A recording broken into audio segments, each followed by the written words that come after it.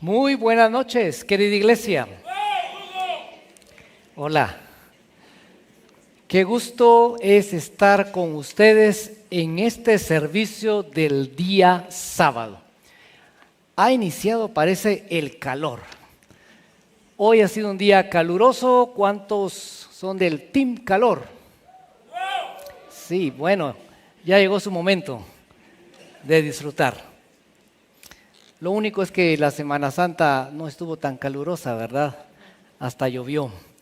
Pero damos gracias a Dios por la distinta calidad de clima que tenemos en Guatemala. Muy fácilmente podemos ir en pocas horas y disfrutar de diferentes climas. Y eso es parte de la belleza de Guatemala. Quiero pedirles que por favor le demos un aplauso a nuestra audiencia que está conectada en Guatemala, en otros lugares del mundo. Bienvenidos, hermanos, a la transmisión de esta noche. Hoy estamos por concluir la serie Familias que Permanecen. Hemos estado aprendiendo a través de la palabra del Señor cuál es el diseño de Dios para la familia. Hemos visto también que el mundo se opone a ese diseño y a través de ideologías que se han infiltrado incluso en la iglesia, se ataca a la familia, se ataca a la autoridad del varón en el hogar, se trata de disminuir la influencia masculina. Y estas ideologías contrarias a la voluntad de Dios atentan contra la estructura de la familia. Y sin lugar a dudas que las familias hoy en día enfrentan grandes desafíos, grandes retos. Aún la tecnología está jugando un papel en contra de las familias. Porque sabemos ahora con los estudios más recientes que los niños, los adolescentes están atrapados en esta adicción a las pantallas y eso provoca que se distancien de sus padres. Los mismos esposos también están ahora inmersos todo el tiempo en la pantalla, ya sea del teléfono o de los servicios de streaming, puesto que ahora tenemos una oferta de entretenimiento inagotable. Prácticamente nosotros podríamos ponernos a ver YouTube, TikTok o cualquier servicio de streaming de forma indefinida. Algunos yo sé que se han desvelado haciendo maratones de Netflix y al otro día dicen, ¿por qué me desvelé tanto? Pero esa noche otra vez vuelven a repetir el patrón y dicen, solo un episodio más y nos dormimos. Pero ese último episodio realmente no es el último. Ojalá que así fuéramos con la lectura de la Biblia, ¿verdad? Solo un capítulo más y nos dormimos, que no puedo parar de leer la Biblia. ¿Por qué se ríen? Así que la sociedad, el entorno ha afectado a la familia. Pero hoy queremos avanzar en esta serie y hablar sobre el tema la restauración de una familia. Es verdad que en prácticamente todas las familias hay heridas. Es por el trato del día a día que de forma natural aparecen los conflictos. El simple hecho de convivir todos los días con otra persona provocan que hayan roces en los matrimonios, puesto que cada uno tiene su temperamento, esas cualidades innatas de la personalidad, tiene sus gustos. Él quiere ver su partido de fútbol y ella quiere ver su serie romántica de Netflix. Él quiere irse de vacaciones a el extranjero y ella quiere ir de vacaciones a la casa de sus abuelos en el interior del país. Cada uno tiene sus anhelos, sus aspiraciones que en ocasiones entran en conflicto. No logran ponerse de acuerdo como matrimonio sobre cuáles son las metas en común. Y por supuesto que cada persona también tiene sus propias debilidades y fallas. Los errores de la crianza de los suegros, la culpa la tienen los suegros, porque no educaron bien al cónyuge. Algunos reciben a un adulto en edad, pero a un adolescente en las emociones. Así que, debido a estas peculiaridades, los matrimonios se lastiman, se hieren. Se dicen palabras que nunca debieron haberse dicho. Hay silencios incómodos, cosas que no se resuelven, que se ignoran y que se convierten con el paso del tiempo en obstáculos para la relación matrimonial. Todas las familias afrontan estas situaciones y no todas los logran resolver. Los problemas llegan a todas las familias, como también aprendimos, y la experiencia de muchos es amarga, dolorosa con su familia. Llegan entonces las discusiones, los alegatos, incluso los gritos, el distanciamiento y a veces hasta las traiciones.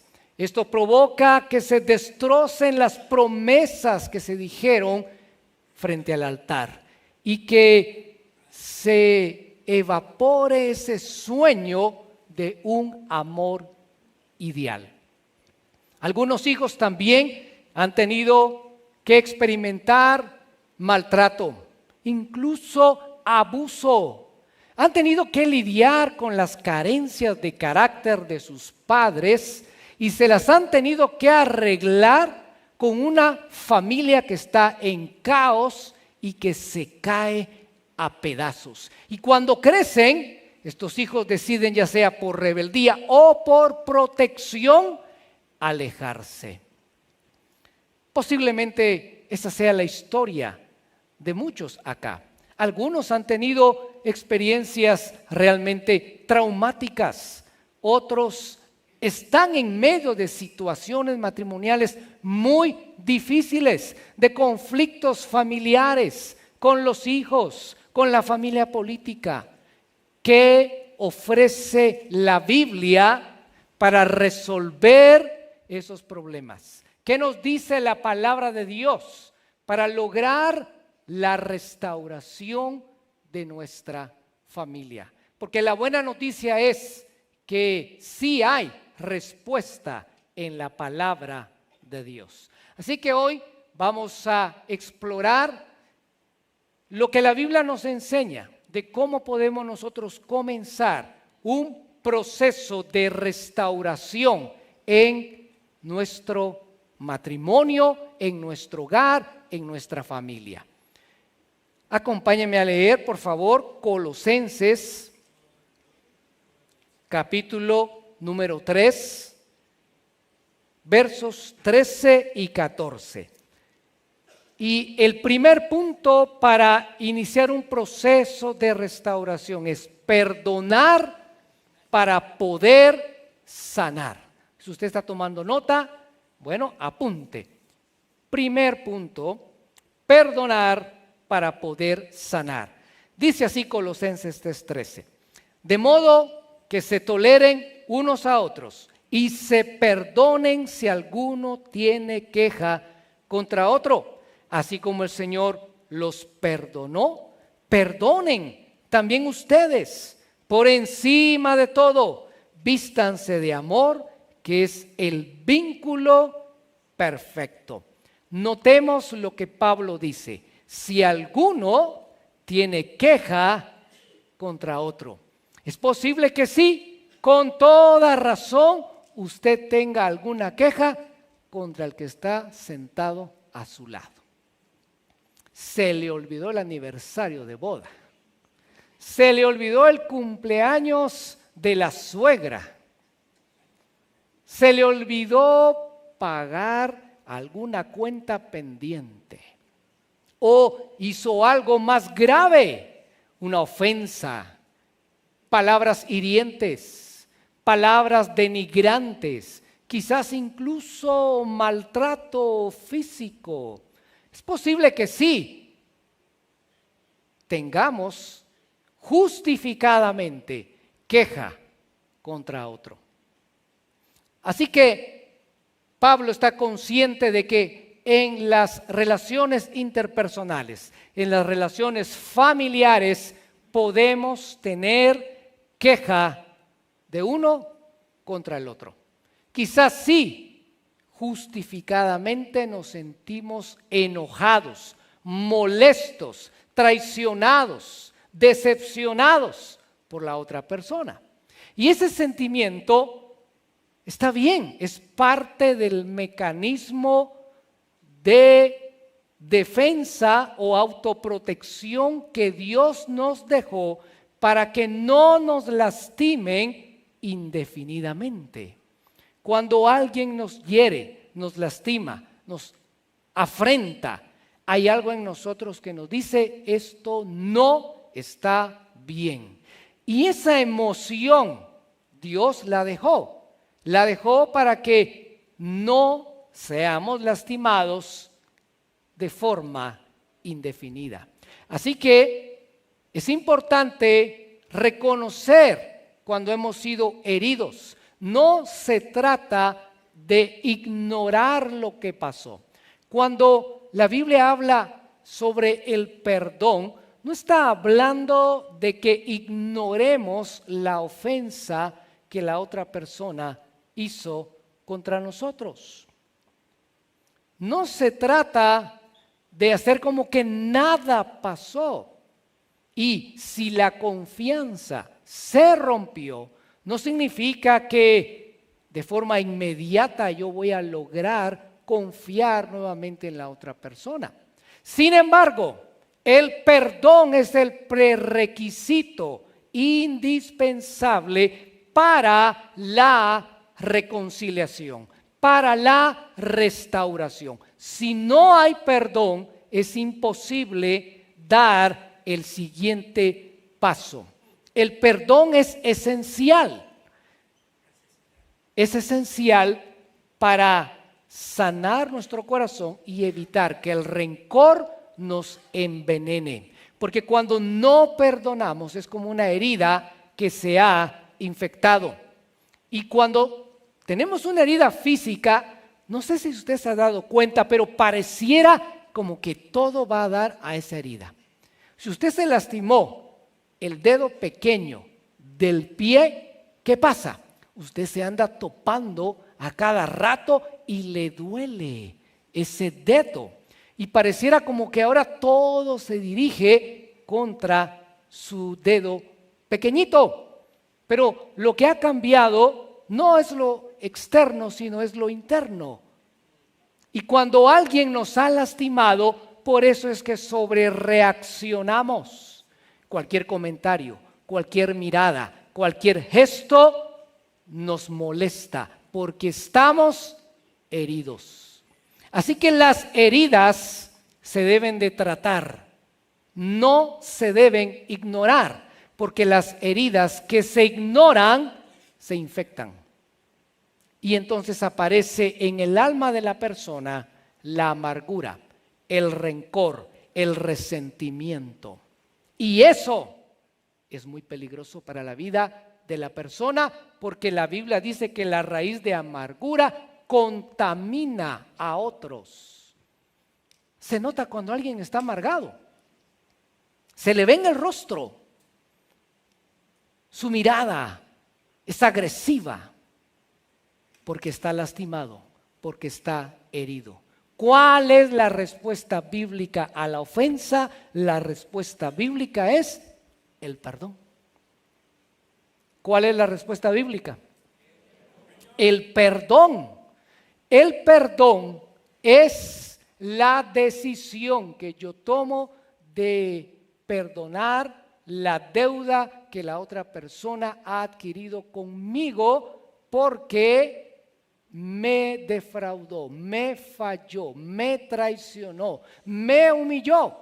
Pero yo, en obediencia a la palabra de Dios, decido liberar a esa persona. Porque cuando no perdonamos, tenemos al ofensor como prisionero en nuestro corazón. Y decimos, me las va a pagar. Es que me las tiene que pagar. Me las debe. Y por supuesto que no todas las ofensas son iguales. No es lo mismo que a su esposo se le olvide pasar trayendo tortillas de camino a casa en la noche, que por cierto, si se hace un escándalo por eso, es señal de que hay heridas no resueltas, porque olvidar las tortillas no debería provocar un escándalo. A que su esposo cometa una falta mayor. Pero cuando sobrereaccionamos, eso es un indicativo de que algo no está resuelto en el corazón. Y a veces pasan días, semanas, meses, incluso años, y las parejas entonces llegan a estar tan distanciadas porque no hubo una correcta atención a esas heridas. Pero la respuesta bíblica a la ofensa es el perdón. El perdón, mis queridos hermanos, es una decisión de obediencia a la palabra de Dios. Pero es que es injusto que yo lo perdone. Por supuesto que es injusto que usted lo perdone, pero de la misma forma es injusto que Dios lo haya perdonado a usted. Porque por eso Pablo aclara cómo debemos de perdonar. Dice, así como el Señor los perdonó a ustedes, así deben ustedes perdonar a los demás. ¡Wow! Debemos de perdonar como el Señor nos ha perdonado a nosotros. Y sobre el perdón podríamos hablar mucho, porque la Biblia habla extensamente sobre el perdón. Jesús utilizó parábolas para explicar la importancia del perdón. Así que el perdón es esencial. De hecho, Jesús dijo que si no perdonamos a los demás sus ofensas, tampoco el Padre nos iba a perdonar a nosotros las nuestras. Así de grave es la falta de perdón. ¿Y por qué? Porque cuando nos negamos a perdonar, estamos tomando un lugar superior al de Dios. Porque aún Dios, siendo perfecto, santo, ha decidido extender misericordia y perdonarnos. Por supuesto que el perdón es un proceso, porque hay heridas tan profundas que han dolido tanto que ese perdón toma tiempo. No es lo mismo curar una heridita superficial. Quizás estábamos cortando algo en la cocina y me corté levemente el dedo, a que me corte una sierra eléctrica. No es lo mismo.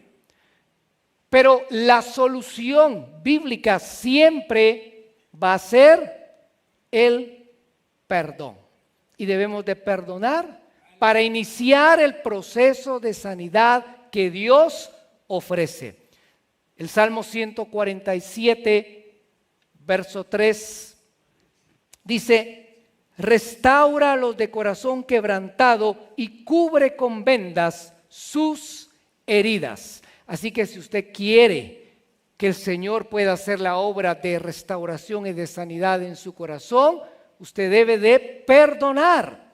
Perdonar no cambia el pasado, pero cambia el corazón para el futuro. Si quiere anotar esa frase, el perdón no cambia el pasado, pero cambia el corazón para el futuro. Y otra frase más, no se vive realmente hasta que se perdona de verdad.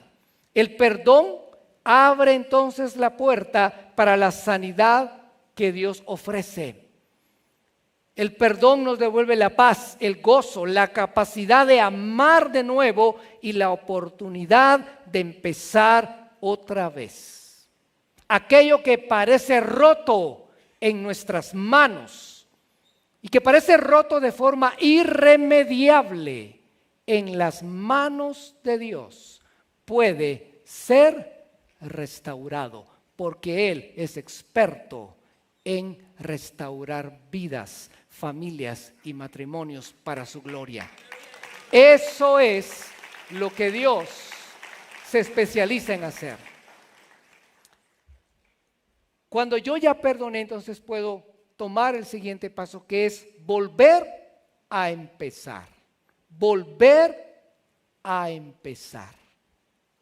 Pero el prerequisito es el perdón. Isaías 43:19, Dios dice esto que es maravilloso. Voy a hacer algo nuevo. Ya está sucediendo. ¿No se dan cuenta? Estoy abriendo un camino en el desierto y ríos en lugares desolados.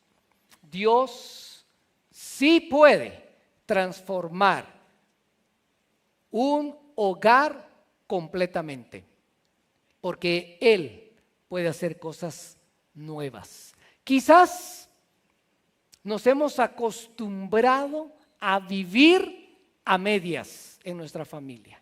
Bueno, este me tocó, esta me tocó y ahora aguantarme. Es mi cruz. Pero no tenemos por qué resignarnos a una calidad de vida inferior a la que Dios ofrece. Podemos aspirar a la restauración y para eso debemos estar dispuestos a empezar de nuevo, a empezar otra vez, confiando en que el Señor va a obrar en mi corazón y en el corazón de mi cónyuge o en el corazón de mis padres o en el corazón de mis hijos.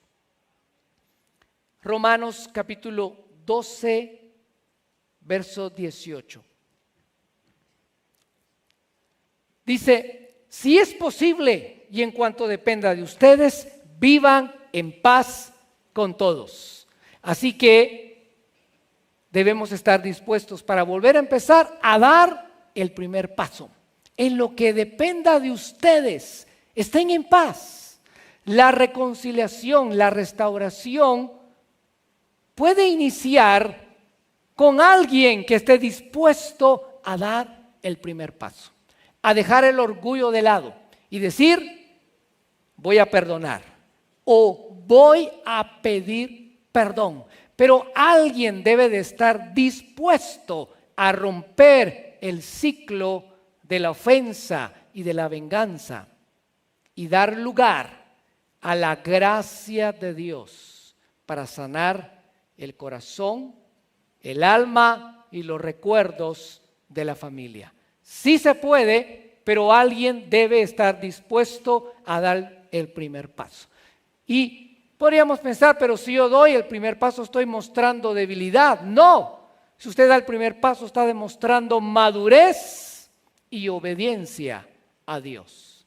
Porque el maduro es el que siempre da el primer paso. Ahí está el problema. Yo no quiero ser el maduro.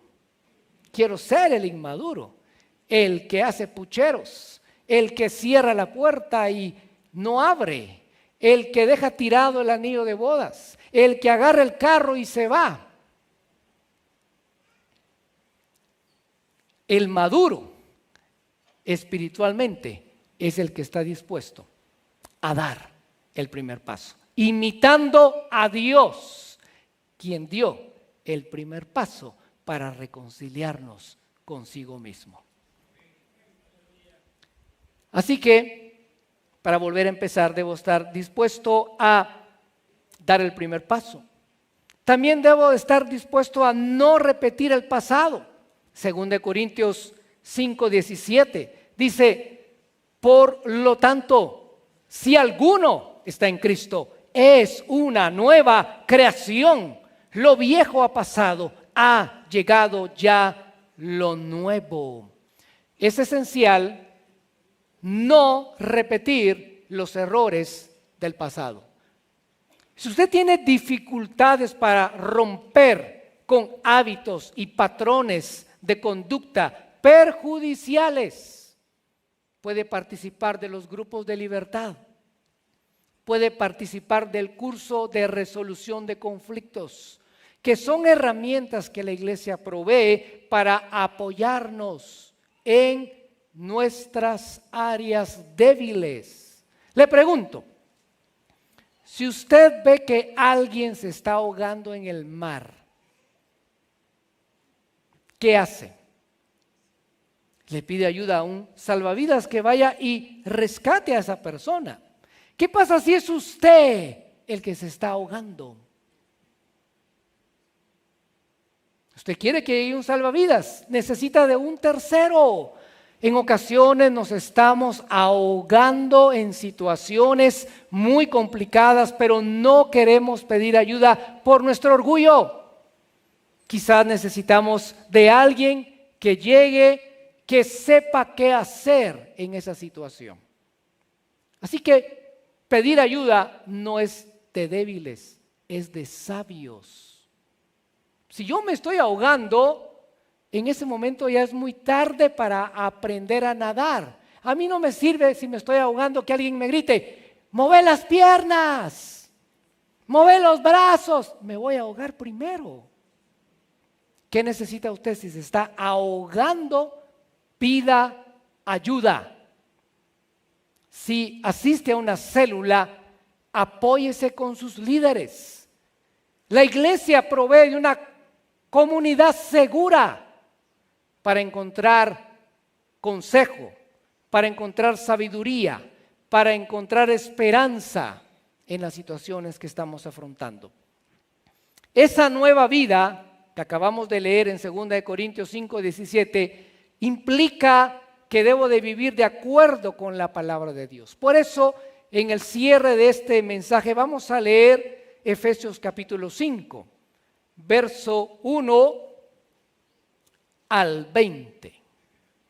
20 versículos, pastor, ¿cómo se atreve? Pero es que este pasaje nos da una guía para nuestra vida diaria como creyentes. Escuchen con atención.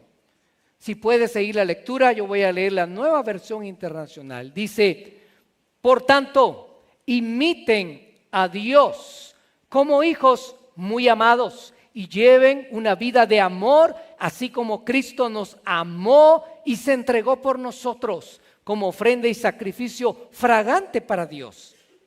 Entre ustedes ni siquiera debe mencionarse la inmoralidad sexual, ni ninguna clase de impureza o de avaricia, porque eso no es propio del pueblo santo de Dios.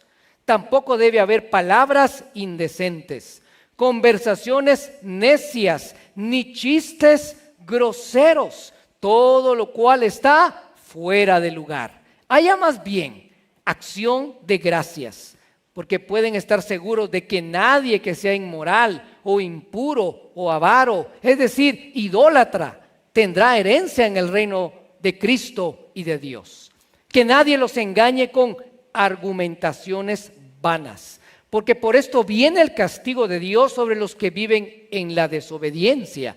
Así que no se hagan cómplices de ellos, porque ustedes antes eran oscuridad, ahora son luz en el Señor. Vivan como hijos de luz El fruto de la luz consiste en toda bondad, justicia y verdad. Y comprueben lo que agrada al Señor. No tengan nada que ver con las obras infructuosas de la oscuridad, sino más bien denúncienlas, porque da vergüenza aún mencionar lo que los desobedientes hacen en secreto. Pero todo lo que la luz pone al descubierto se hace visible, porque la luz es lo que hace que todo sea visible.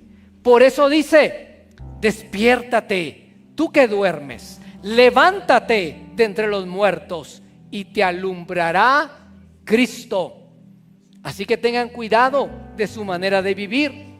No vivan como necios, sino como sabios, aprovechando al máximo cada momento oportuno, porque los días son malos. Por tanto, no sean insensatos, sino entiendan cuál es la voluntad del Señor. No se emborrachen con vino que lleva al desenfreno. Al contrario, sean llenos del Espíritu. Anímense unos a otros con salmos, himnos y canciones espirituales. Canten y alaben al Señor con el corazón, dando siempre gracias a Dios, al Padre, por todo, en el nombre de nuestro Señor Jesucristo. Aplauda fuerte a la palabra del Señor. Acá encontramos una guía para la vida diaria de cada uno de nosotros y de nuestras familias. Versos 1 y 2 dice que hemos sido amados por Dios y que por ese amor podemos llevar nosotros también una vida de amor. El hecho de que usted sea un hijo amado de Dios lo capacita para amar a su familia. Quizás usted dice: mire, yo tuve una experiencia muy difícil con mi padre terrenal.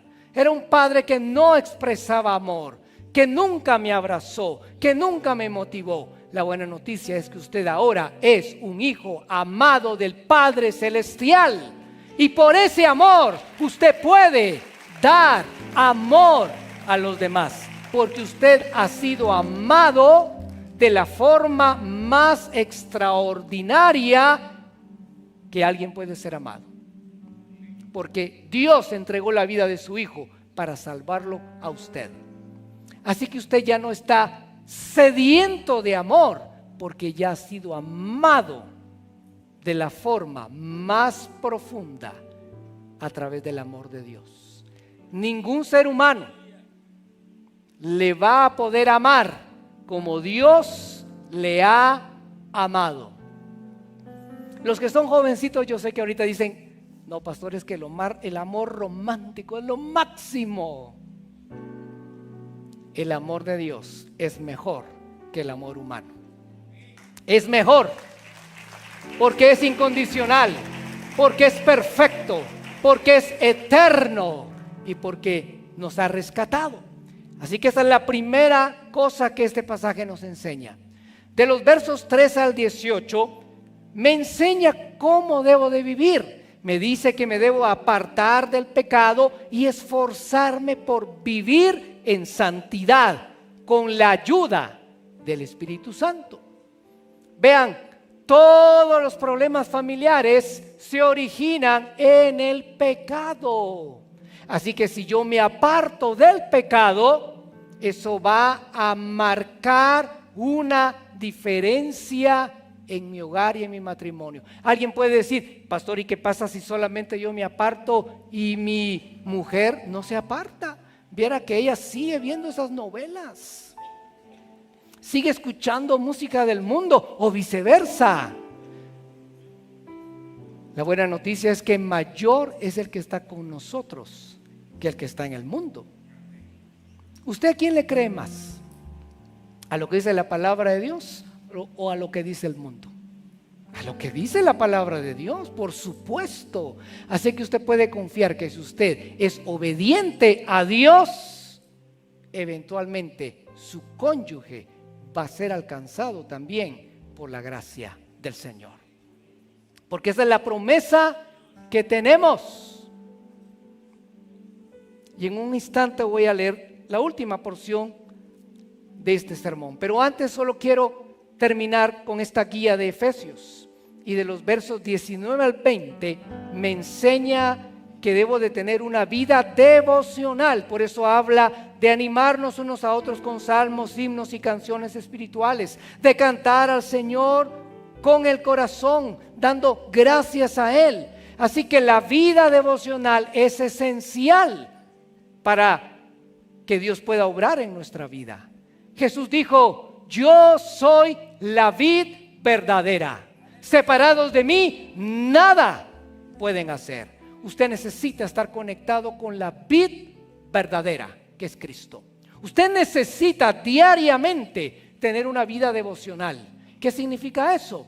Lo que ya hemos aprendido: leer la palabra de Dios, meditar en ella, obedecerla, tener tiempos de adoración, de oración, y no solamente yo de forma individual, sino con mi familia. Porque, ¿sabe algo? Usted tiene una iglesia en su casa. Es una iglesia donde los miembros son su cónyuge y sus hijos. Usted puede reunirse en esa iglesia pequeñita para conectarse con Dios. Y estoy seguro que si usted tiene una vida devocional, su vida y su familia va a ser transformada. Hechos 16, 29 al 31. Con esto cerramos. El carcelero pidió luz, entró precipitadamente y se echó temblando a los pies de Pablo y de Silas. Luego los sacó y les preguntó: señores, ¿qué tengo que hacer para ser salvo? Cree en el Señor Jesús.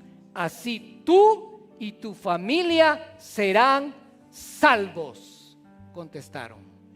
Si usted cree en el Señor Jesucristo, si usted vive en obediencia a la palabra de Dios, la palabra del Señor dice que su familia también será salva. Hay decenas de historias de restauración acá en la Frater. Cientos de familias que vinieron destrozadas por el pecado, pero alguien dio el primer paso. Alguien estuvo dispuesto a obedecer a Dios, y por esa obediencia toda la familia fue alcanzada y fue transformada. Alguien estuvo dispuesto a perdonar.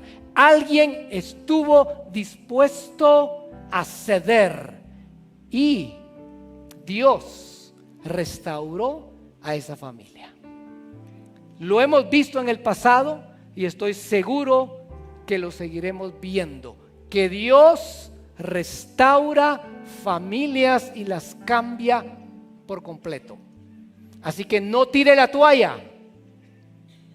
Busque ayuda y confíe en la obra que Dios hará en su corazón, en el corazón de su cónyuge, de sus hijos, de sus padres, porque la palabra de Dios no regresa vacía, antes bien hace la obra para la cual ha sido enviada.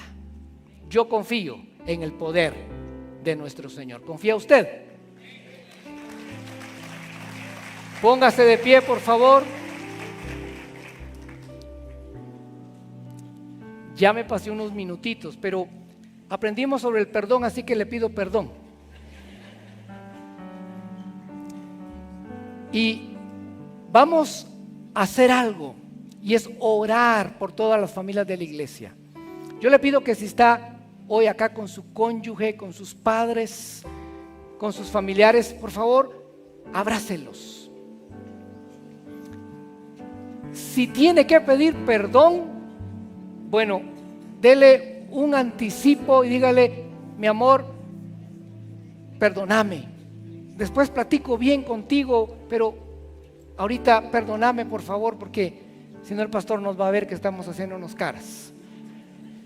Y vamos a orar confiando en el poder de Dios, en la restauración de Dios para cada familia de la Frater, porque nosotros creemos en un Dios que puede obrar milagros, que puede hacer cosas extraordinarias. Yo lo he visto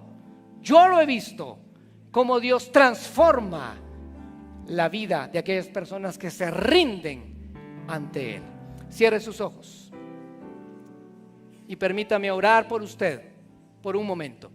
Señor, cada persona conoce lo que hay en su corazón. Cada persona sabe lo que ha vivido, lo que ha experimentado, los dolores, las heridas que ha arrastrado durante años. Pero yo te pido que hoy puedan ser sanadas esas heridas. Que comience ese proceso de restauración. Que comience con el perdón que extendemos, sabiendo que como fuimos perdonados, debemos de perdonar. Y renunciamos al deseo de venganza, al deseo de retribución, y elegimos la reconciliación, la restauración. Señor, si necesitamos ayuda, que seamos sabios en pedir ayuda. Que no nos empecinemos en resolver las cosas en nuestra propia fuerza, en nuestra propia sabiduría, sino que busquemos consejo, busquemos sabiduría, que no seamos obstinados, que no seamos insensatos, como escribió el apóstol Pablo, sino que como sabios aprovechemos bien cada momento, porque los días son malos. Ayúdanos, Señor, a dejar el pasado atrás y enfocarnos en el futuro que tú tienes para nosotros. Bendiga ahora a su familia, por favor. Bendiga y no maldiga. Bendiga a su esposo, a su esposa, a sus hijos, a sus padres. Aunque usted piense que no merecen esa bendición, bendiga, porque la bendición abre las puertas de la restauración para su hogar. Mientras usted bendice, yo quiero invitar a aquella persona que ha venido esta noche y que nunca le ha entregado su corazón a Cristo y que hoy quiere rendir su vida ante ese amor extraordinario. Si quieres hoy entregar tu vida al Señor, te invito para que con toda confianza salgas de tu lugar y te acerques acá al frente, porque quiero orar contigo la oración de arrepentimiento de pecados. Si necesitas reconciliarte con Dios porque te has alejado de Él, quizás alguien te hizo algo, te lastimó, te hirió y eso te alejó de la iglesia y del Señor, y hoy quieres reconciliarte, ven, sal de tu lugar, porque Dios también quiere salvarte. A nuestros amigos que están viendo la transmisión, si quieren entregarle su vida a Jesús, por favor, repitan la oración que voy a hacer en unos instantes. Alguien esta noche que quiera entregar su vida a Jesús. Hoy es el día de salvación. Repite, por favor, la siguiente oración para entregar tu vida a Jesús. Dios, hoy te pido perdón por todos mis pecados. Me arrepiento de mi maldad y te pido que me hagas un hijo de Dios. Te entrego mi vida, te entrego mi ser. Cámbiame, transfórmame, hazme una nueva persona. A partir de hoy, yo quiero vivir para ti. Te lo pido en tu nombre, Jesús. Amén. Aplaudamos a la bondad de Dios. Bueno, les recuerdo que mañana a las 2:30 tenemos la tarde familiar para cerrar esta serie. Inscríbase en frater.org, tarde familiar, y asista con toda su familia. Nos despedimos cantando al Señor. Buenas noches.